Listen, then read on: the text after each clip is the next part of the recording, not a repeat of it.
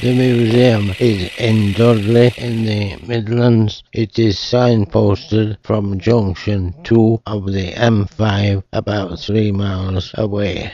First, check the website for opening times, etc. Historic buildings from all around the Black Country have been moved and authentically rebuilt at the museum to create a tribute to the traditional skills and enterprise of the people that once lived in the heart of industrial Britain. And look, we've started already. We're outside the main entrance, and that brick frontage to the right is from a factory that once stood in Wednesbury. So, through the entrance hall, shop and resource centre, and turn left. Here we find sort of a transport corner, a reconstructed car sales room and garage, and a tram stop. Sometimes there is a trolleybus running, but today it's the tram, and we'll have a ride on that soon. But first we'll have a look at this pair of semis here. Most of us will be familiar with what we called prefabs, which were built just after World War II. Well, these were two-story semis built only in this area. And if you want to know how do they do it, use your pause button. And inside, that's exactly the sort of gaslight fitting which we had at home. And there's my mother's sewing machine, very similar easy chair and sideboard, and our front room fireplace and candlesticks.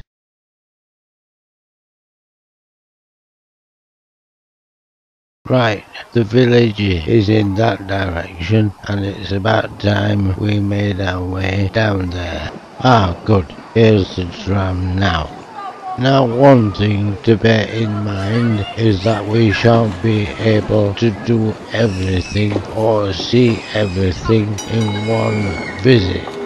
Right, when this tram gets to the end of the line, the driver has to get out and move the pole round. In the bad old days, he would have had a conductor to do this for him. In Nottingham, the plate at the top of the pole, which ran along the electric wire, was called a duck, and hence the conductor came to be called a ducky. And also, every tram and bus had to have a no spitting notice because of tuberculosis.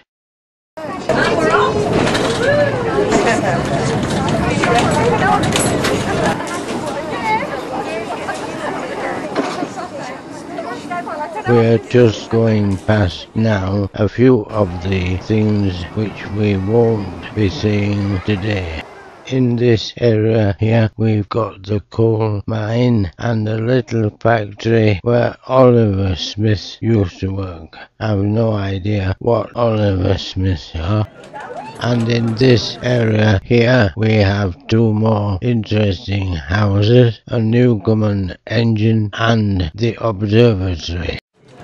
All these buildings, remember, have been dismantled from their original location and reassembled here. And here we are at the other end of the line. The street just round the corner has a row of shops, and at the end the Workers' Institute from Gradley Heath.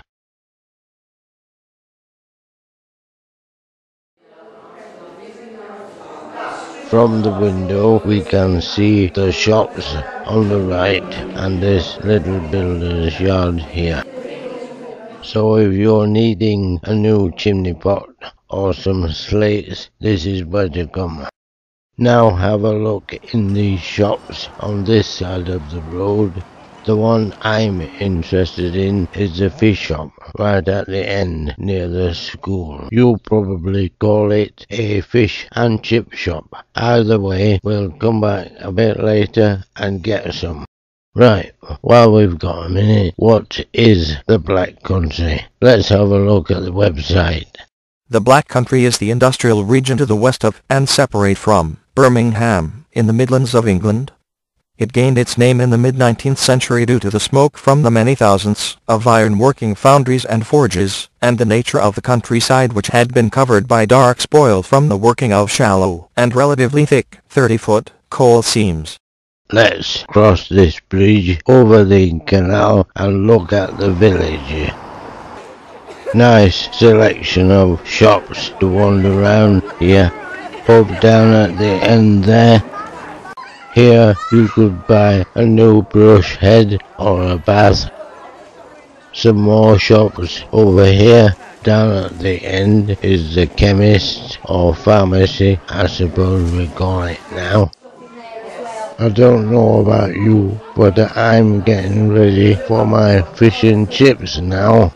We'll go back up to the fish shop in a minute, but first we'll have a look at the chapel next door. This chapel used to stand not far away in a different part of Dudley.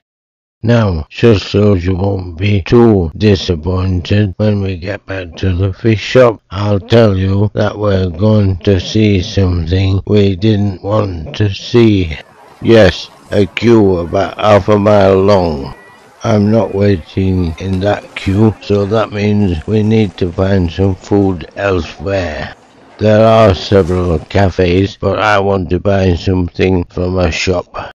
Anyway, I had a nice Bakewell tart. And no, that's not a young lady from Derbyshire. Right, let's have a look at the canal basin now. I understand that this is still a working dock, fully equipped to repair and restore canal boats. All being well, we'll have a ride on a boat later. Nearby is Mr. Davis's repair shop. And there are some more houses we can have a look in. Here's another front room fireplace like we used to have, complete with peg rug. And me granddad's chair. And my mother's sewing machine again. There's our fire guard, washing tub, and another peg rug, and also nearby the cinema. Let's go through here now and see about our boat ride. One of the cafes is down here as well. Do have a canal ride. When we set off, we'll be heading towards that tunnel. The chap on the boat will explain all about the canals around here. He'll also tell you about a coral reef, so it looks as though Dudley may have been a South Sea coral island some time ago. Even before my time, I mean. And over on the far side of the basin, behind all that ivy that's hanging down, you've got a coral reef. Back over the bridge now to this area here. The fun fair, or feast as we used to call it. We didn't have the internet. We didn't even have electricity in our house. Mind you, neither did we have road hubs or police cameras all over the place. We used to call it Noah's Ark.